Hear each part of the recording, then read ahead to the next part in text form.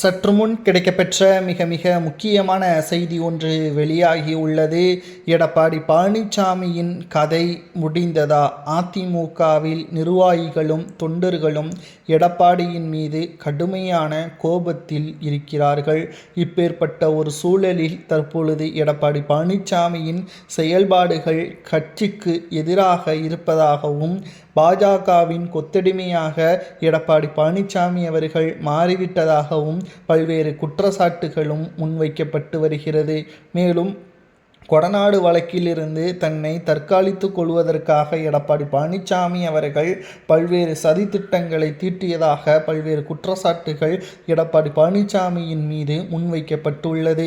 நிச்சயம் எடப்பாடி பழனிசாமி அவர்கள் இதிலிருந்து தப்பிப்பதற்கு பல நடவடிக்கைகளையும் பாஜகவின் உதவியையும் பெற்றுள்ளார். அதற்காகத்தான் பாஜகவுடன் கூட்டணியையும் உறுதி செய்துள்ளார். மேலும் 2026 சட்டசபை தேர்தலில் திமுக எதிர்த்து களப்பணிகளை மேற்கொள்ளாமல் உட்கட்சி விவகாரங்களும் அதிமுகவை தற்பொழுது முழுமையாக கைப்பற்ற வேண்டும் என்பதற்காகவும் எடப்பாடி பழனிசாமி அவர்கள் பல்வேறு சதித்திட்டங்களை தீட்டியுள்ளார். இதுவே எடப்பாடி பழனிசாமி அவர்கள் தேர்தலில் தோல்வியடைவதற்கு முக்கிய காரணமாகவே அமைந்துவிட்டது.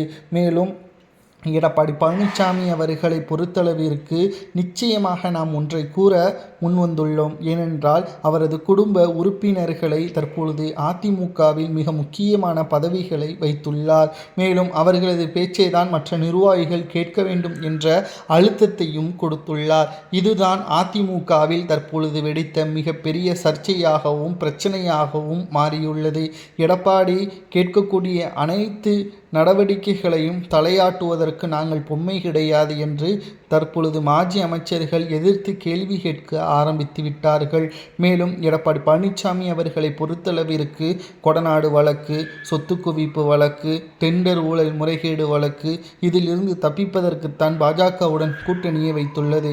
ஆனால் பாஜக அதிமுக தோல்வியடையுமேயானால், கூட்டணி கட்சிகள் தோல்வியடையுமேயானால் நிச்சயம் எடப்பாடி பழனிசாமி அவர்கள் தேர்தல் முடிந்த ஒரு சில நாட்களிலேயே சிறைக்கு செல்வார் என்பதை ஆதாரத்துடன் பாஜக வைத்திருப்பதாகவும், சிறையில் எடப்பாடி பழனிசாமியை அடைப்பது பாஜகவின் ஒட்டுமொத்த திட்டமாக மாறிவிடும் என்ற தகவலும் தற்பொழுது கிடைக்கப்பெற்றுள்ளது. மேலும் இந்த தேர்தலில் அதிமுக மற்றும் அதிமுகவின் கூட்டணி வெற்றியடைய வேண்டும். இல்லை என்றால் எடப்பாடி பழனிசாமியின் கதை முடிந்துவிடும் என்பதற்கேற்ப அரசியல் வட்டாரத்தில் தகவல்கள் கிடைக்கப்பெற்றுள்ளது. மேலும் வழக்கறிஞர் குமார் அவர்களிடமிருந்து பெறப்பட்ட தகவலின் அடிப்படையில் கொடநாடு வழக்கும் மற்றும் டெண்டர் ஊழல் முறைகேடு வழக்கும் எடப்பாடிக்கு எதிராக ஆதாரங்கள் இருப்பதாகவும் கூறப்பட்டுள்ளது.